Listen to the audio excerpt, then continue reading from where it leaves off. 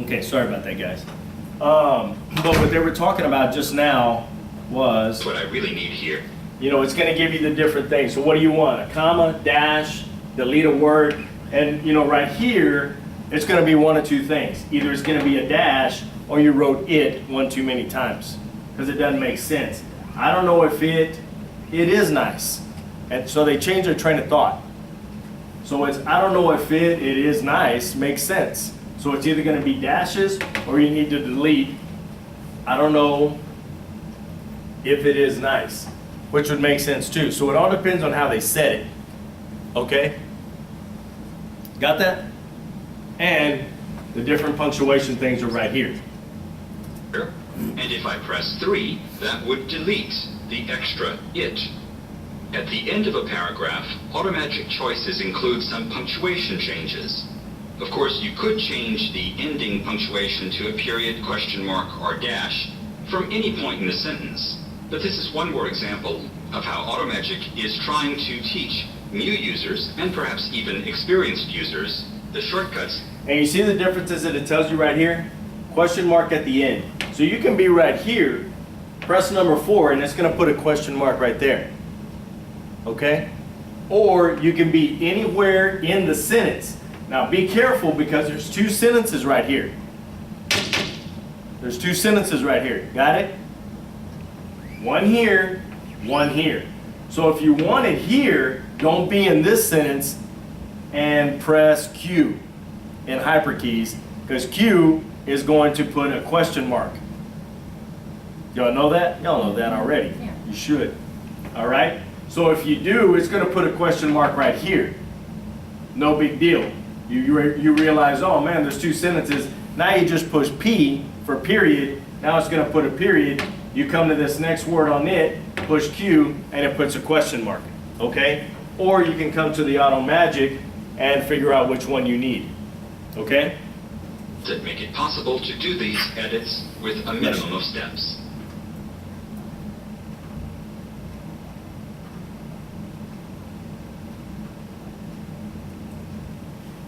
Hotkeys, pop-ups, and fonts are a few Automagic display options that are found in the View Toggles dialog.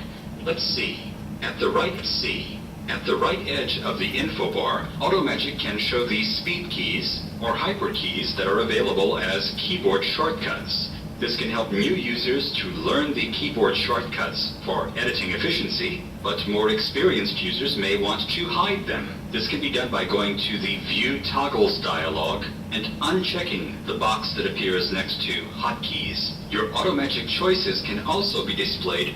Guys, you can do this. I don't recommend it. Okay? Were you paying attention, Slick? Do you even know what they were talking about? We're yelling. Do not turn this off. I don't recommend you turn it off. Okay? Because all it is just a shortcut to always tell you Dialog, what the but more what the function is. Okay? So until you learn those functions and you know all of these functions, I wouldn't turn it off. Hotkeys, you want it checked? You want it checked. You want the hotkeys. You're saying don't Don't uncheck it. Uncheck it. Yeah, mine. And that's what it's telling you right now. It gives you these, but if you want to take them off and save some room, you can. I don't suggest you do it, but you do what you want. But if you want to change it, you go into the View Toggles.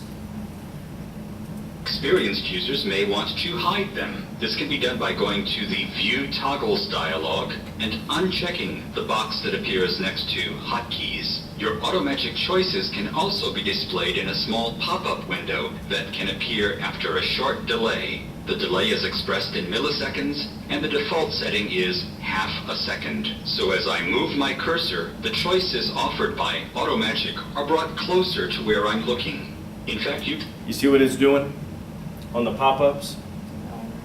Huh? second. So as I move my cursor, All it does is bring this little box above. So you're still going to have them here, but it makes it easier right here, because every time you move the word, it's going to give you a different that you have right here. That's what people say it's kind of I like it. I use it. I use it. But I don't have to move my eyes from here when I'm editing. So it's just quick. I don't have to, and it's not that exaggerated, but I mean, you know what I mean, okay? It works for me. Other people, it's very confusing. So if it doesn't work for you, don't use it. Choices offered by AutoMagic are brought closer to where I'm looking. In fact, you can hide the info bar entirely and still see your AutoMagic choices only in a pop-up. To do this, go to the View Toggles dialog and uncheck the box next to Info Bar, but leave the choices next to AutoMagic and Pop-up. Check. You see what it's telling you there? I don't suggest that, but once again, do what you want, all right? And it's all personal satisfaction. Whatever makes you happy, do it, whatever. That frees up some space on the screen without depriving you of your AutoMagic choices. Don't forget that you can adjust the font that's used to display your AutoMagic choices. For instance, you could use a smaller font that's narrow and bold.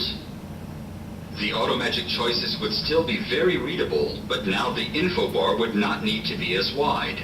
So you could use the mouse to hover over the right edge of the info bar, then hold down the left mouse button while you drag to the left. That could free up some display space for other elements on your screen. If that's what you want to do. Not that big of a deal.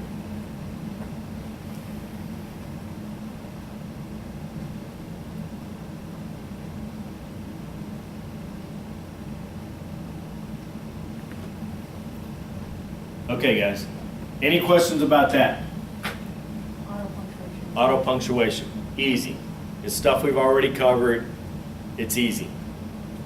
Any questions about trouble spots? Conflicts, the stuff that we were using, the numbers, the numerals. We're going to get into that in numbers, which is next week, so be prepared for that. Any questions? No. All right. Every time you say people